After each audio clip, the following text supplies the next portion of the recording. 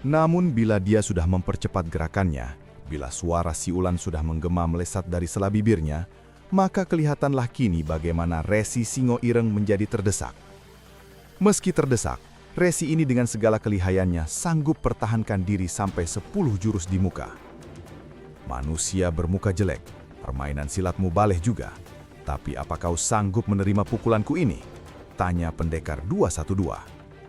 Kedua tangannya diangkat tinggi-tinggi ke atas, kedua mata dipejam, kemudian kedua tangan itu mulai berputar-putar dengan sebat.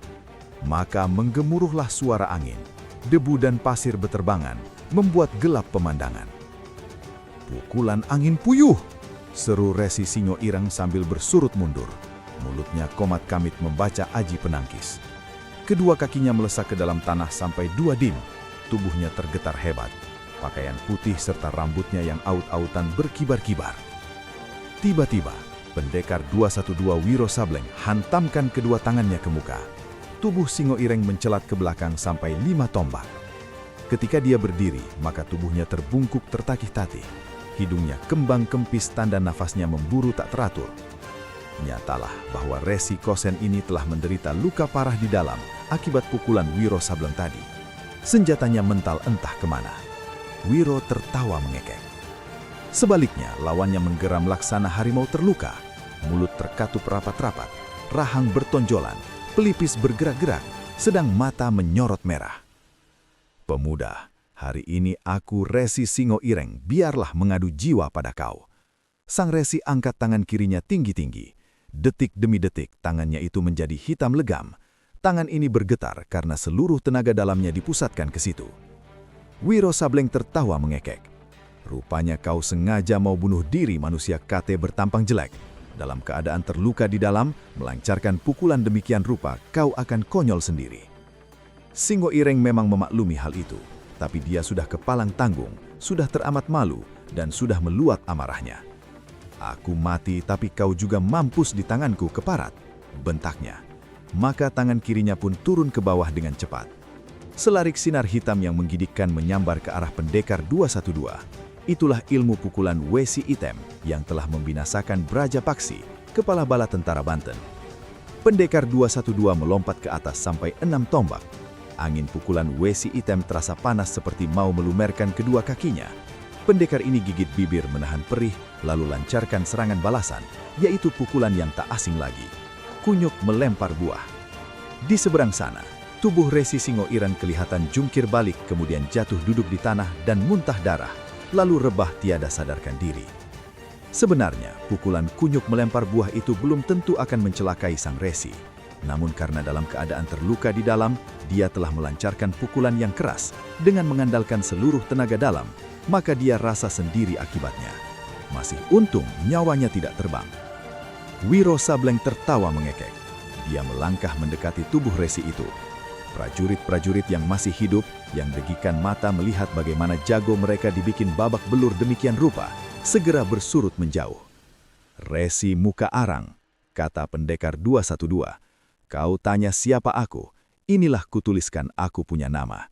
Dan habis berkata demikian, pendekar ini segera guratkan angka 212 di kulit kening yang hitam dari Singo Ireng. Kemudian pendekar ini berdiri kembali. Kerak-kerak pemberontak, katanya pada prajurit-prajurit yang masih hidup. Kalian boleh menggotong manusia bermuka pantat kuali ini ke kota raja. Jika hari ini aku tiada cabut nyawanya dan nyawa kalian, maka di lain hari bila bertemu kembali, jangan harap aku akan lepaskan nyawa kalian. Sampaikan ini padanya bila dia sudah siuman.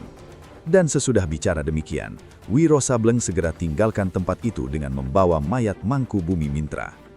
Dengan hati penuh duka sedih mengenang kematian Mangku Bumi Mintra yang sengaja korbankan nyawa untuk selamatkan dirinya, Sultan Hasanuddin berlari sepanjang tepi rimba belantara di kaki bukit. Perjuangan memang membutuhkan pengorbanan, dan ini bukan saja menambah besarnya dendam kesumat di hati Sultan terhadap Parit Wulung dan benggolan-benggolan pemberontak lainnya, tapi juga mempertebal tekadnya bahwa di suatu ketika, dia pasti akan kembali ke Banten dan membangun kerajaan Banten yang syah. Menjelang senja, dia mencapai sebuah kota kecil yang terletak di timur Banten. Kota ini bernama Asoka. Dulunya hanya merupakan pangkalan-pangkalan pemberhentian para pedagang dari berbagai penjuru sekitar situ.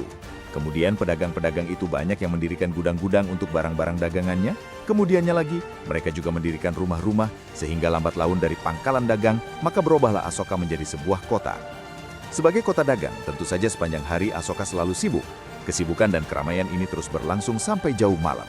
Sehabis mendapatkan sebuah penginapan, Sultan mengelilingi kota, melihat-lihat keramaian dan mengisi perut di satu kedai. Ketika bulan sabit di atas langit tertutup oleh awan tebal berwarna gelap, maka Sultan pun kembali ke penginapannya. Matanya yang tajam segera melihat adanya ketidakberesan dalam kamar di mana dia menginap.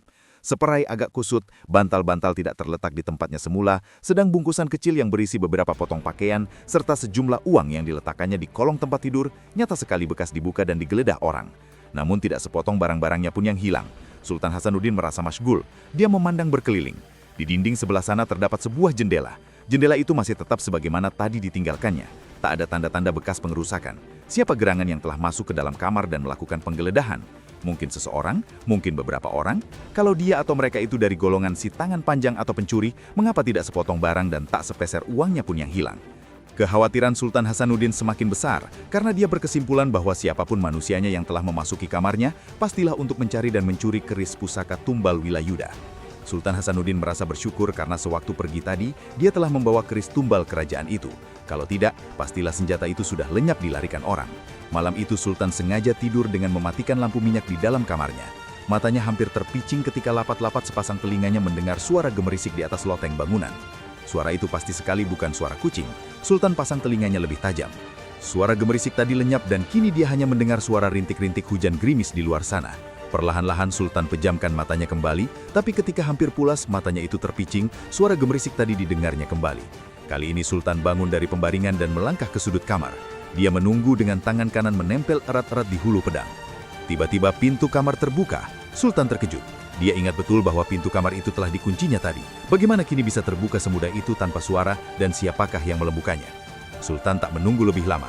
Sesosok tubuh manusia yang sangat pendek masuk mengendap-endap ke dalam. Manusia ini memakai jubah panjang. Karena tubuhnya yang katek, maka jubahnya menjela-jela sampai ke lantai. Tiba-tiba orang itu putar tubuh ke kiri dan melompat. Sebuah benda besar di tangannya, yaitu sebilah golok 4 persegi panjang, menderu ke arah di mana Sultan berdiri. Sultan sendiri yang saat itu memang sudah siap siaga, cabut pedangnya dengan cepat dan menangkis. Terang! Bunga api memercik. Karena kamar itu gelap, maka sinar percikan bunga api menjadi terang sekali dan menerangi kedua muka manusia yang berada di situ. Keduanya saling meneliti paras lawan masing-masing. Terkesiaplah Sultan Hasanuddin ketika melihat bagaimana wajah manusia yang dihadapinya itu seramnya bukan main. Rambutnya kaku berdiri laksana ijuk. Manusia ini memelihara brewok yang meranggas lebat. Alisnya tebal, sepasang matanya besar merah, bibirnya sumbing dan 2 buah giginya yang besar tersembul keluar. Manusia ini boleh dikatakan tiada mempunyai hidung, karena daging hidungnya sama rata dengan pipinya yang cekung, dan bau badannya yang busuk sangat menusuk hidung. Manusia buruk, jika kau tidak tinggalkan kamar ini dengan cepat, jangan menyesal bila ku kirim ke akhirat, ancam Sultan. Manusia bermuka seram itu tertawa dingin. Dia hembuskan nafasnya yang busuk ke muka. Sultan tutup jalan nafas di hidung dan untuk kedua kalinya pergunakan pedang guna menangkis lawan. Tapi kali ini keadaan tidak seperti tadi lagi. Meski Sultan sanggup menangkis senjata lawan, namun pedangnya sendiri terlepas mental. Tangannya tergetar hebat. Tiba-tiba satu tangan mendorongnya hingga dia terbanting dengan keras ke dinding. Ketika dia imbangi diri kembali, kaget Sultan tiada kepalang. Matanya membeliak menyaksikan bagaimana keris tumbal Wilayuda kini sudah berada di tangan manusia bermuka seram itu. "Maling hina dina, kembalikan kerisku!" teriak Sultan. Si muka buruk hamburkan tertawa mengekeh. "Masih untung aku hanya minta kerismu ini dan bukan nyawamu." Habis berkata begini, manusia muka seram itu sekali gerakan badan tubuhnya menerjang ke muka mendobrak jendela, untuk kemudian lenyap lewat jendela yang ambruk itu di kegelapan malam. "Pencuri terkutuk!" Sultan melesat pula keluar jendela. Dia masih sempat melihat bayangan pencuri itu di balik sebuah gudang tua dan segera mengejar ke situ. Kejar-mengejar itu berjalan hanya sebentar saja, karena sejurus kemudian si pencuri lenyap seperti gaib di telan bumi. Sultan berdiri gemas memandang berkeliling. Kemana dia harus mengejar dan mencari si pencuri di malam buta begini? Apakah manusia tangan panjang itu bukan salah seorang pula dari kaki tangan Parit Wulung? Tengah kebingungan begitu rupa, tiba-tiba Sultan menangkap suara bentakan-bentakan orang yang tengah berkelahi. Cepat Sultan lari ke balik sebuah bengkel kuda. dan dalam kegelapan dilihatnyalah dua manusia tengah bertempur dengan hebat. Salah seorang tiada lain daripada si pencuri yang tengah dicari-carinya. Sedang orang yang kedua, sesudah diperhatikan dengan teliti, ternyata dia adalah pemuda rambut gondrong yang pagi tadi telah menolongnya di perbatasan. "Sobat, serahkan pencuri terkutuk ini padaku," seru Sultan. "Ah, selamat jumpa Sultan," menjawab si rambut gondrong alias pendekar 212. "Tak perlu kotorkan tangan pada manusia bau bangkai ini. Dia mencuri kerisku, sobat," memberitahu Sultan. "Aku tahu, biar aku yang ringkus dia." Begitu mendengar si pemuda yang menyerangnya memanggil Sultan terhadap laki-laki yang datang itu, terkejutlah si mulut sumbing. Di balik terkejut, hatinya juga senang. "Jadi saat ini aku berhadapan dengan Sultan dan tukang pukulnya. Bagus, kerisnya aku sudah dapat, kini Sultannya sendiri datang antarkan diri untuk ditangkap hidup-hidup. Pasti aku mendapat hadiah berlipat ganda dari parit wulung. Jadi betul dugaanku bahwa kau kaki tangannya bangsat pemberontak itu? Terima pukulanku ini, pencuri Hinadina." Sultan lepaskan 3 pukulan sekaligus. Tapi yang diserang ganda tertawa dan kebutkan lengan pakaiannya yang bertambal-tambal. Serangkum angin dahsyat menyerang ke arah Sultan. Namun angin pukulan itu buyar di tengah jalan, kena dihantam angin pukulan lain yang datang dari samping. Si muka seram mengderong. Agahnya malam ini pengemis bibir sumbing musti rampas 2 jiwa sekaligus. Sultan tersurut sewaktu mendengar manusia kate itu kenalkan diri. Pendekar 212 juga terkejut. Nama pengemis bibir sumbing memang sudah sejak lama terkenal sepanjang pesisir Jawa Barat. Bersama 2 orang lainnya, maka pengemis bibir sumbing dikenal sebagai pemegang pucuk pimpinan perkumpulan pengemis darah hitam. Tiba-tiba pengemis bibir sumbing lemparkan golok besarnya ke arah pendekar 212. Senjata ini dengan mudah bisa dielakkan. Begitu habis lemparkan golok, pengemis bibir sumbing acungkan kedua tangan datar-datar ke muka dengan telapak tangan menghadap ke atas. "Telapak tangan minta setekah nyawa," seru pendekar 212. Begitu dia kenali pukulan yang bakal dilancarkan lawan. "Sultan, mundurlah," serunya kemudian memperingatkan. Tapi di saat itu pengemis bibir sumbing sudah mencelat ke muka dan membagi-bagi serangan telapak tangannya pada pendekar 212 dan Sultan. Tahu bahwa pukulan lawan sangat berbahaya, maka pendekar 212 segera hantamkan tangan kanannya ke muka. Gelombang angin deras memukul ke arah pengemis bibir sumbing.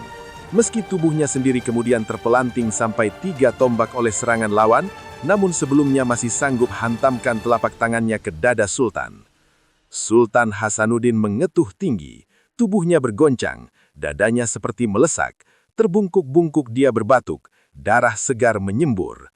Pendekar 212 bersuit keras, tubuhnya lenyap pada detik pengemis bibir sumbing coba lepaskan pukulan telapak tangan minta sedekah nyawa untuk kedua kalinya. "Sultan, cepat telan pil ini," teriak pendekar 212. Sultan Hasanuddin sambuti pil yang dilemparkan pendekar 212, lalu menelannya dengan cepat. Kemudian segera duduk bersila mengatur jalan darah dan pernafasan, juga alirkan tenaga dalam ke bagian yang terluka. Di saat Wiro Sableng berkelabat, maka lenyaplah tubuhnya dari penglihatan pengemis bibir sumbing. Karena hanya terdengar suaranya saja, maka pengemis bibir sumbing kembali lancarkan pukulan ganas 2 kali berturut-turut ke arah suara lawan. Tapi pendekar 212 tidak bodoh, dan pengemis bibir sumbing salah perhitungan. Plak! Pengemis bibir sumbing terpental 4 tombak ke belakang. Kepalanya serasa pecah, sedang kulit keningnya laksana terbakar.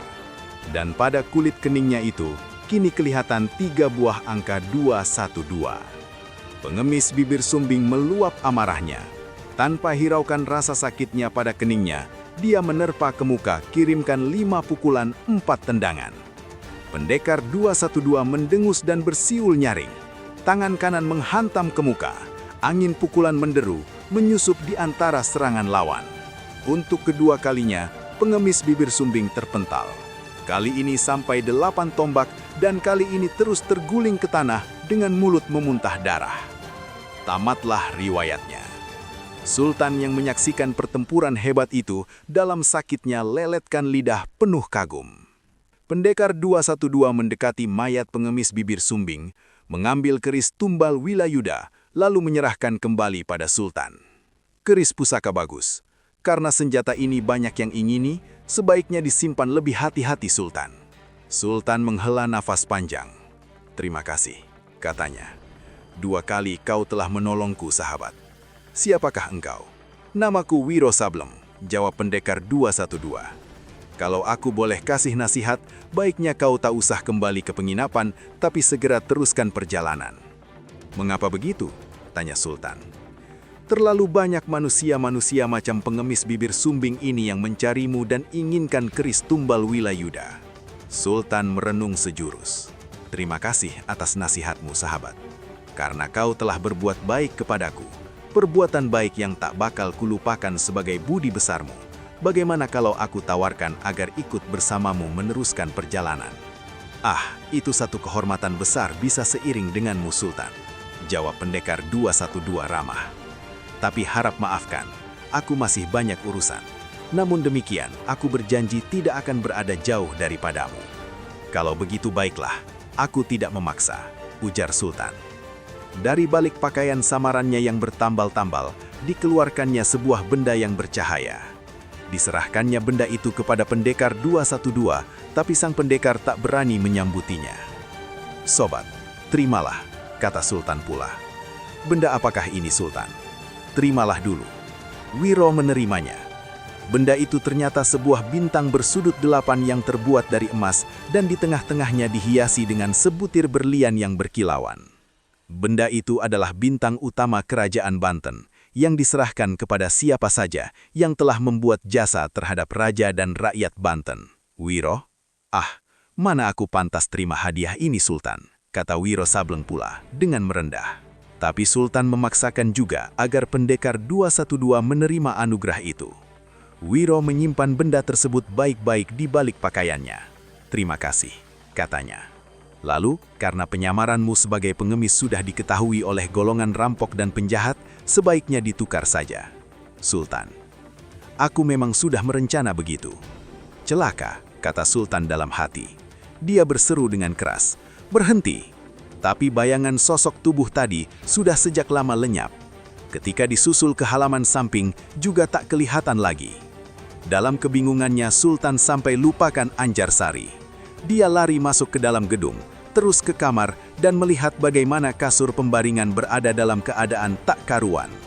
Ketika ditariknya kasur itu di bagian kepala tempat tidur, maka keris tumbal Wilayuda yang sebelumnya disimpannya di sana, kini sudah tiada lagi, lenyap.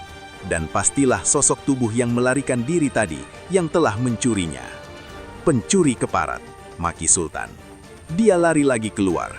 Ketika sampai di halaman samping, terkejutlah dia. Anjarsari tak ada lagi di dalam taman. Lenyap. "Anjar!" memanggil Sultan. "Anjarsari!" serunya lagi, tapi tiada jawaban. Maka di malam itu hebohlah seisi gedung bangsawan Wirjapranata.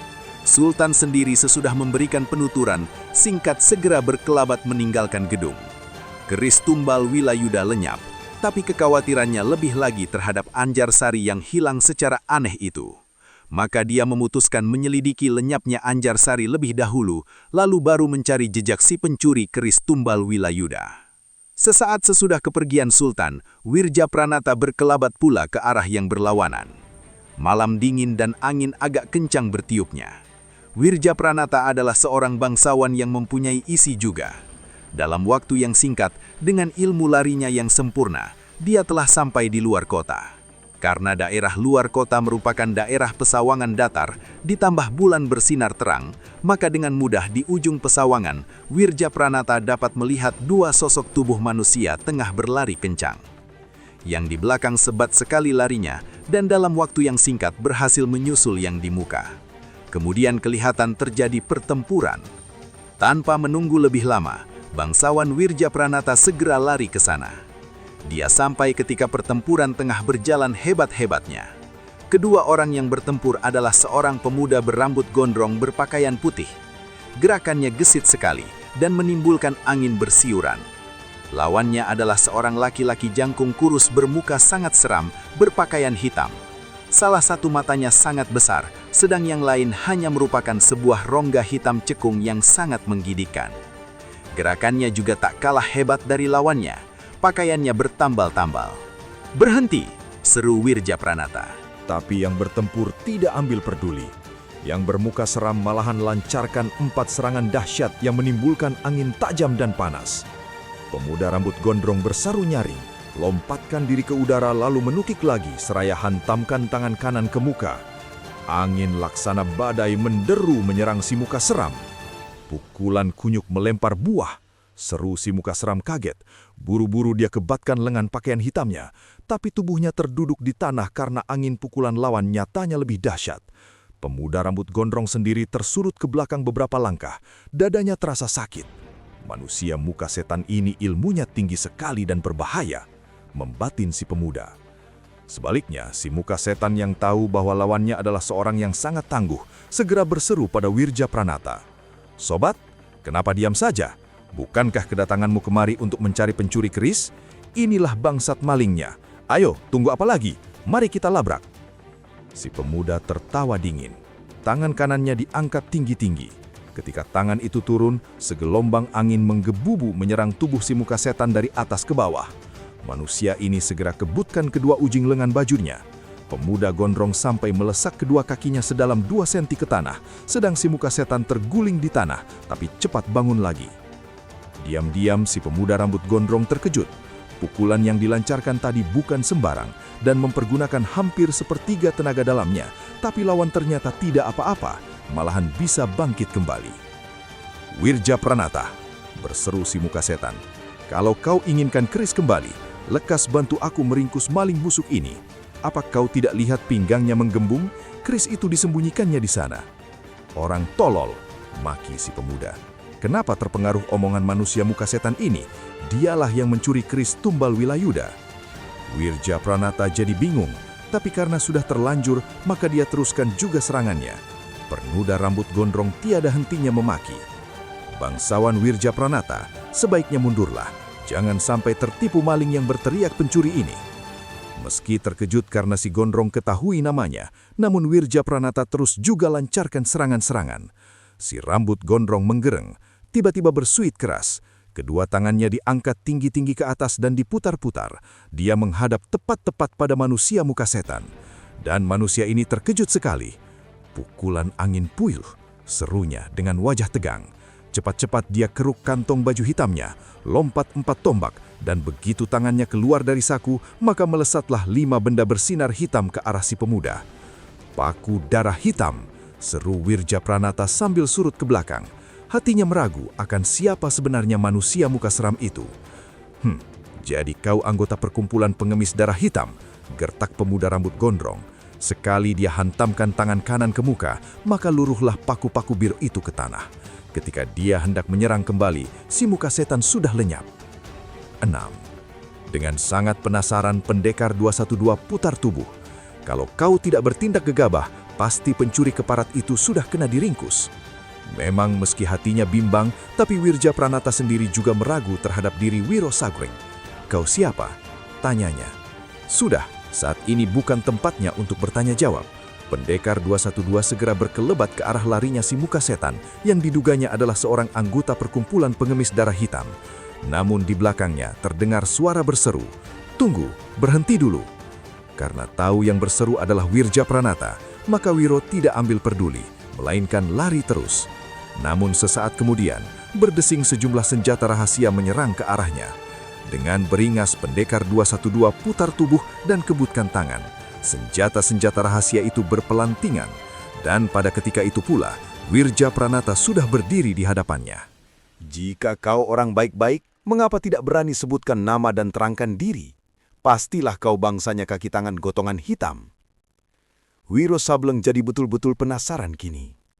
Manusia tidak tahu diri, tidak tahu membedakan mana yang putih dan mana yang hitam. Tidak tahu dirinya tengah ditolong malah mencap orang seenaknya. "Kalau bukan mengingat bahwa kau calon mertuanya Sultan, aku sudah tampar kau punya mulut. Sekarang pergilah." Wiro gerakan kedua tangannya, dan tahu-tahu terdoronglah tubuh Wirjapranata ke belakang sampai 4 tombak.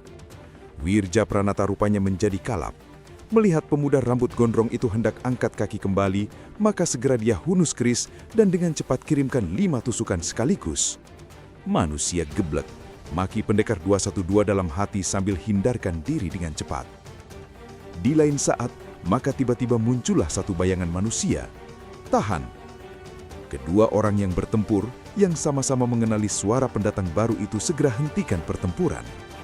Pendekar 212 putar kepala pada si pendatang lalu berkata, "Sultan, semangat calon mertuamu memang hebat, nyalinya besar, tapi sayang pikirannya keliwat pendek." Merahlah paras Wirja Pranata, tapi dia juga heran mengetahui bahwa si rambut gondrong mengenali Sultan. Sultan kemudian memperkenalkan kedua orang itu. Barulah saat itu Wiro menjurah hormat.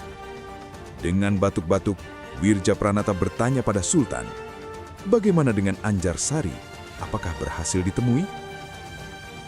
Sultan menundukkan paras kecewa lalu gelengkan kepala dengan perlahan. "Terkutuk, terkutuk," maki Wirja Pranata dalam hati. Kedua tangannya terkepal membentuk tinju. Tentu saja laki-laki ini sangat mengkhawatirkan keselamatan diri anak gadisnya itu. Dalam pada itu, pendekar 212 mengetengahi, "Bapak Wirja, kau kembalilah ke ujung kulon. Kami berdua segera akan mengejar bangsat pencuri itu." "Aku turut bersama kalian," kata Wirja Pranata dengan hati keras. "Bapak," ujar Sultan, "saya tahu bagaimana perasaan dan kecemasan hati Bapak terhadap keselamatan Anjarsari. Saya pun lebih khawatir lagi. Tapi percayalah, bersama sahabat ini, saya pasti akan dapat mencari Anjarsari dan menemukan keris tumbal Wilayuda serta membekuk bangsat-bangsat pencuri itu." "Kalau kau berkata begitu, baiklah." Wirja Pranata akhirnya mengalah. Maka sesudah itu, Wiro Sableng dan Sultan Hasanuddin pun berlalu dengan cepat. Ketika hari pagi, kedua orang itu masih juga belum berhasil menemui jejak pencuri yang mereka cari. Dengan perasaan lesu, mereka sampai ke sebuah kota bernama Parangwilis. Seperti Asoka, maka Parangwilis adalah juga sebuah kota dagang yang besar. Bau makanan yang harum menghambur keluar dari sebuah warung nasi. Kedua orang ini pun masuklah ke dalam warung tersebut. Karena rambutnya yang gondrong dan potongan tubuh yang kekar dari Wiro Sableng, serta tampang yang gagah dari Sultan Hasanuddin, maka kedua orang ini tentu saja menarik perhatian isi warung. Tapi tanpa acuh, Wiro dan Sultan terus saja menyantap makanan mereka. Mendadak suasana dalam warung nasi itu menjadi sunyi hening laksana di pekuburan. Wiro Sableng dan Sultan segera merasakan perubahan ini. Sultan putar kepala memandang berkeliling, sedang Wiro Sableng putar bola matanya memandang cepat ke beberapa jurus. Dari pintu muka warung masuk seorang berpakaian kotor compang-camping dan bertambal-tambal. Dari pintu belakang 2 orang lagi, kemudian dari jendela di samping kiri kanan masing-masing 2 orang lainnya. Muka-muka mereka rata-rata menunjukkan kebengisan, rambut kusut masai, kumis serta janggut kasar meranggas. Beberapa orang tamu yang sedang makan dalam warung melihat gelagat yang tidak baik ini segera jauhkan diri ke pojok. Sultan dan pendekar 212 karena merasa tidak ada sangkut paut apa-apa dengan ke-10 manusia itu, tanpa ambil peduli terus menyantap makanan mereka. Tiba-tiba salah seorang yang datang dari pintu depan hantamkan tangan kanannya ke muka. Angin deras melanda meja makan di hadapan Wiro serta Sultan. Meja kayu yang besar dan berat itu tak ampun lagi mental melabrak dinding warung. Piring serta gelas di atasnya berpelantingan pecah. Namun di saat itu pula, baik pendekar 212 maupun Sultan telah melompat ke samping dan berdiri saling memunggungi. Serentak dengan itu, maka ke-10 manusia yang berpakaian compang-camping sudah mengurung mereka dengan rapat. "Berhari-hari dicari baru kini kutemui," kata laki-laki yang tadi melabrak meja dengan pukulannya yang hebat. "Kalian siapa?" tanya Sultan sambil bersiap sedia menjaga segala kemungkinan. Di belakang, didengarnya Wiro Sableng mulai bersiul-siul seenaknya. Orang tadi mengekeh. Gigi-giginya hitam dan di sudut bibirnya terselip segumpal susur tembakau. "Kami adalah anggota-anggota perkumpulan pengemis darah hitam," jawab orang itu. Terkejutlah Sultan. "Kami berdua tidak merasa punya silang sengketa dengan kalian. Mengapa datang mengganggu?" Anggota perkumpulan pengemis darah hitam itu mengekeh lagi. "Hahaha, Jangan jual bacot mengatakan tiada silang sengketa. Salah seorang dari kalian telah membunuh pemimpin kami, pengemis bibir sumbing. Oh, jadi kalian anak-anak buahnya manusia jahat itu. Setiap manusia jahat akan menemui ajalnya secara buruk. Kalian pergilah semua. Anggota pengemis darah hitam semburkan susurnya ke muka Sultan. Meski cuma susur, tapi bahayanya besar sekali karena mengandung tenaga dalam. Dengan cepat Sultan hantamkan tangan kanannya ke depan, maka mentallah susur itu. Sebagian dari air susur menjiprat ke muka beberapa orang anggota perkumpulan pengemis darah hitam, termasuk laki-laki yang telah menyemburkan susur itu tadi. Maka marahlah dia dan segera membentak. Tangkap Sultan hidup-hidup, yang gondrong itu cincang sampai lumat.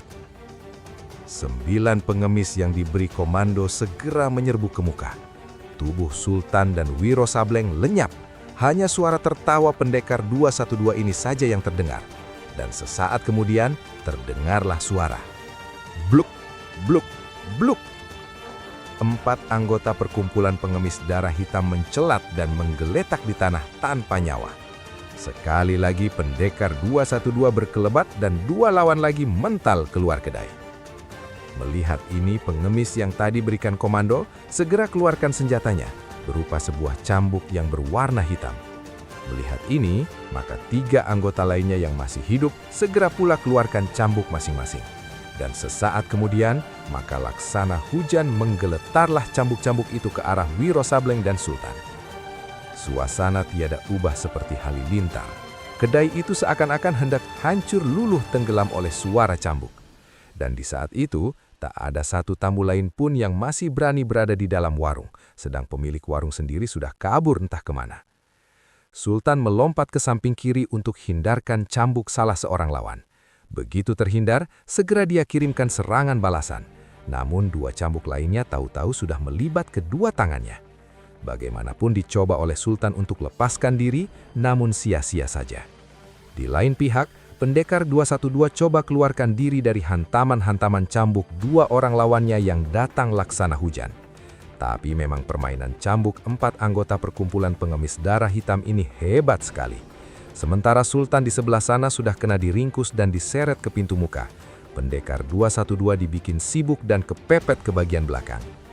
Geram sekali Wiro Sableng lompat 3 tombak ke atas, lalu menuki ke bawah seraya membagi serangan tangan kiri kanan kepada 2 orang lawannya. Angin pukulan pendekar 212 membuat kedua orang itu hanya terdorong seketika, karena kebutan cambuk yang begitu dahsyat sanggup membendung hampir sebagian besar angin pukulan Wiro. Dengan penasaran, pendekar 212 begitu sampai ke tanah kembali, segera menyambar sebuah bangku panjang. Dengan bangku panjang sebagai senjatanya, maka mengamuklah pendekar 212. Cambuk hitam anggota pengemis darah hitam betul-betul luar biasa. Senjata keduanya mendera bangku hitam beberapa kali, dan hancurlah bangku hitam itu. Wiro menggerung, kedua tangannya bergetar dan dinaikkan tinggi-tinggi ke atas. Wut, wut. Warung nasi itu berderak-derik. Kedua lawan coba putar dan pecutkan cambuk mereka lebih deras lagi. Namun angin yang menyambar dari lengan pendekar 212 tak sanggup lagi mereka tahan. Laksana topan, kedua orang itu bermentalan kian kemari. Cambuk mereka terlepas dan tiba-tiba, krak! Warung nasi itu pun robohlah. Sesaat kemudian bangunan ini ambruk, maka pendekar 212 sudah melabrak dinding dan lolos keluar. 2 orang anggota perkumpulan pengemis darah hitam yang tadi sudah konyol tersambar pukulan angin puyuh pendekar 212 tertimbun mentah-mentah. Di luar warung yang rubuh, pendekar 212 bingung sendiri karena melihat Sultan bersama 2 orang anggota pengemis darah hitam sudah lenyap. Dia segera minta beberapa keterangan pada orang-orang di luar kemana lenyapnya ketiga orang itu. "Kawanmu kena diringkus dan dilarikan ke jurusan sana," kata seseorang sambil menunjuk ke ujung jalan. Maka tanpa membuang waktu, Wiro Sableng segera mengejar ke arah yang ditunjukkan. 7. Pada masa itu, di Jawa Barat telah sejak lama berdiri sebuah perkumpulan yang bernama Perkumpulan Pengemis Darah Hitam. Anggotanya terdiri dari pengemis-pengemis yang tersebar di seluruh pelosok dan di setiap kota. Setiap anggota perkumpulan mempunyai sebuah pecut hitam dan rata-rata memiliki ilmu silat yang tinggi. Tentu saja, karena hampir setiap tempat dan daerah anggota perkumpulan pengemis darah hitam ada, maka segala sesuatu peristiwa besar dan rahasia dengan sendirinya diketahui oleh mereka. Demikian juga dengan peristiwa jatuhnya Banten ke tangan pemberontak dan lenyapnya Sultan serta keris tumbal Wilayuda. Yang terakhir sekali mereka juga mengetahui hubungan Sultan dengan Anjarsari.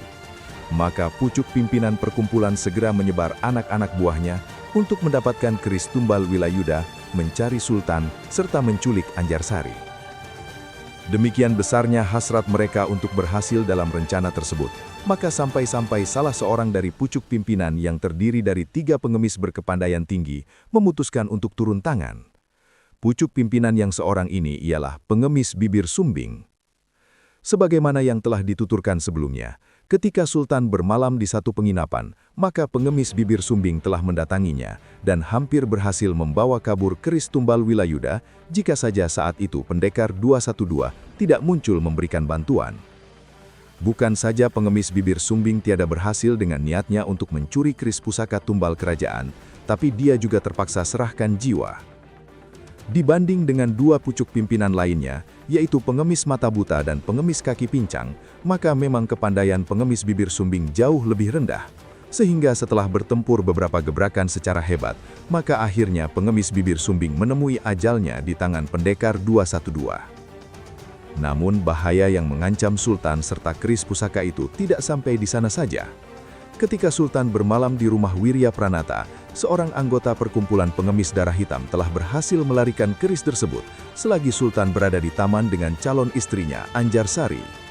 Dan Anjarsari sendiri kemudian juga telah diculik pula oleh salah seorang anggota lain perkumpulan pengemis darah hitam.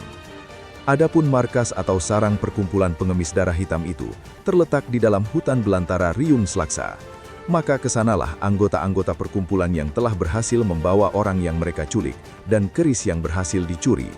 Selama beberapa hari itu, kedua pucuk pimpinan perkumpulan pengemis darah hitam menanti-nanti juga akan hasil pekerjaan anggota-anggota mereka. "Ah, lama betul sekali ini anggota-anggota kita menjalankan tugasnya," berkata pengemis mata buta.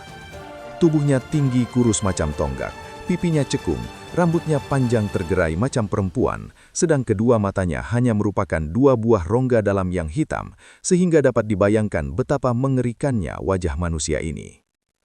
"Yah, lama sekali," jawab pengemis kaki pincang seraya menghela nafas dalam. Di sela bibirnya terselip sebuah pipa yang bau tembakaunya busuk sekali. Manusia ini bermuka licin dan berkulit sangat pucat laksana mayat. Kaki kanannya pincang. Bahkan pengemis bibir sumbing pun tidak kelihatan mata hidungnya sampai saat ini.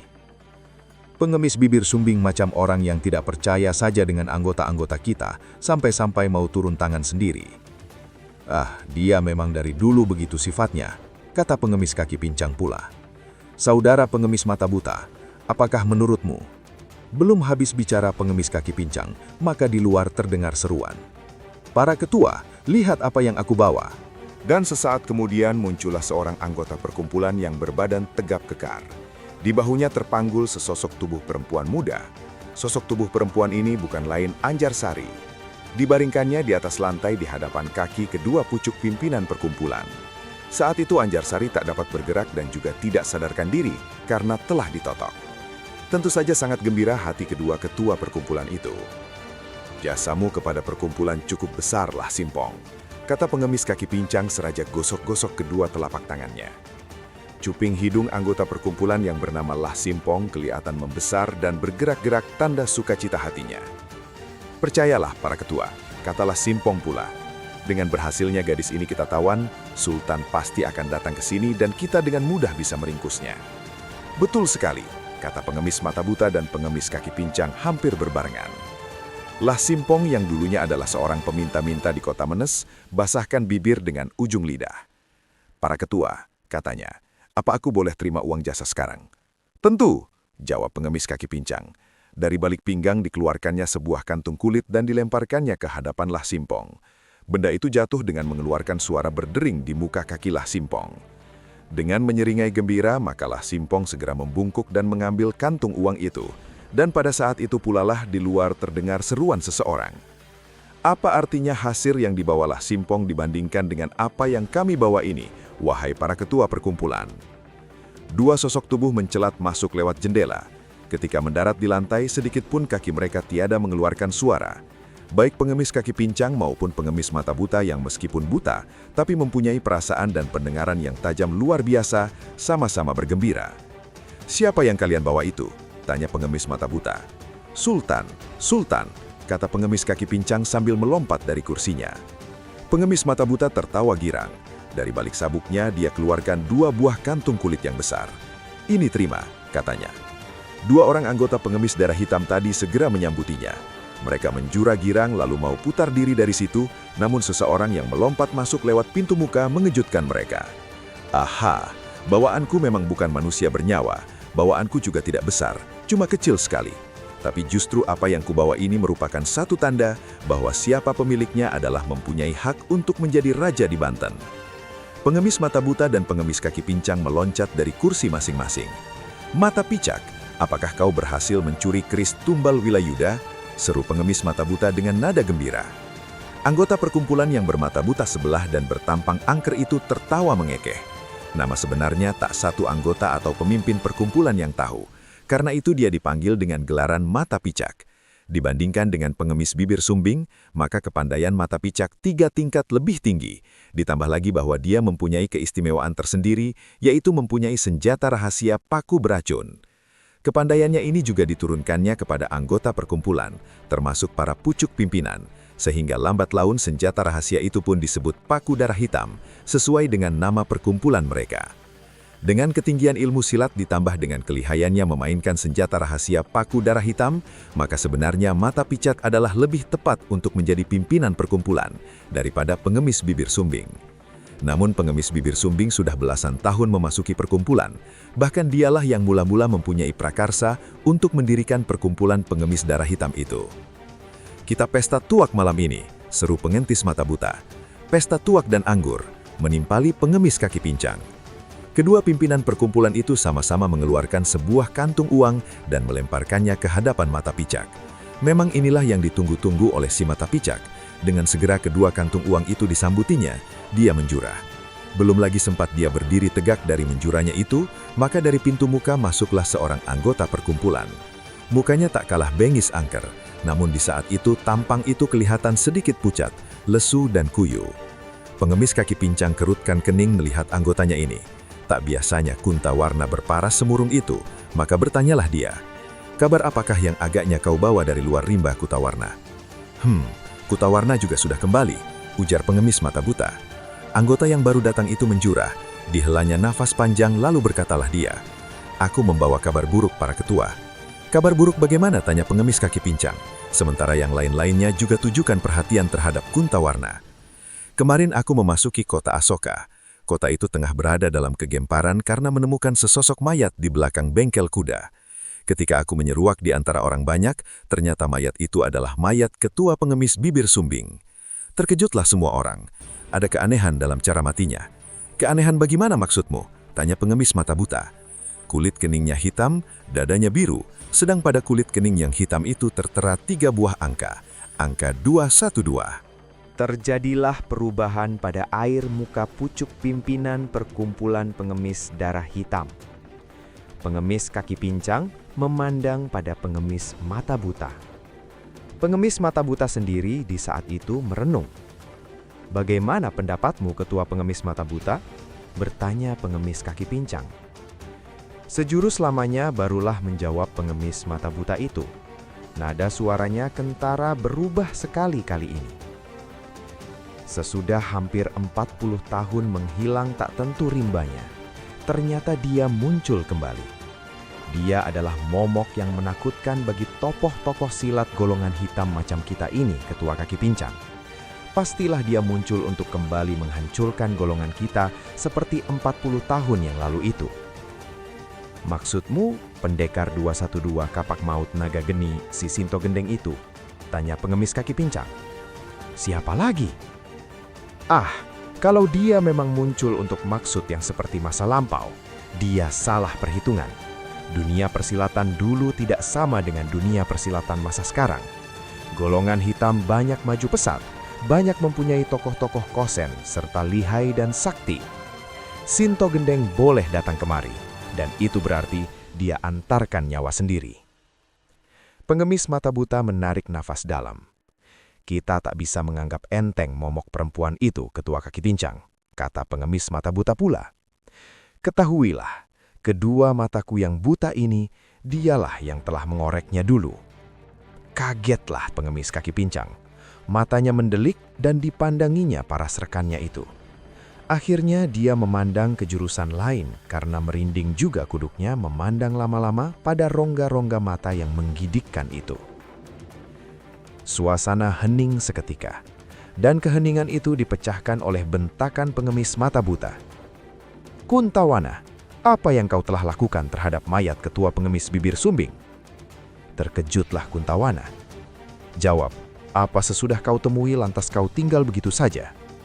"Ketua, di saat itu mayat ketua pengemis bibir sumbing dikerumuni oleh banyak orang, di antaranya beberapa prajurit kerajaan.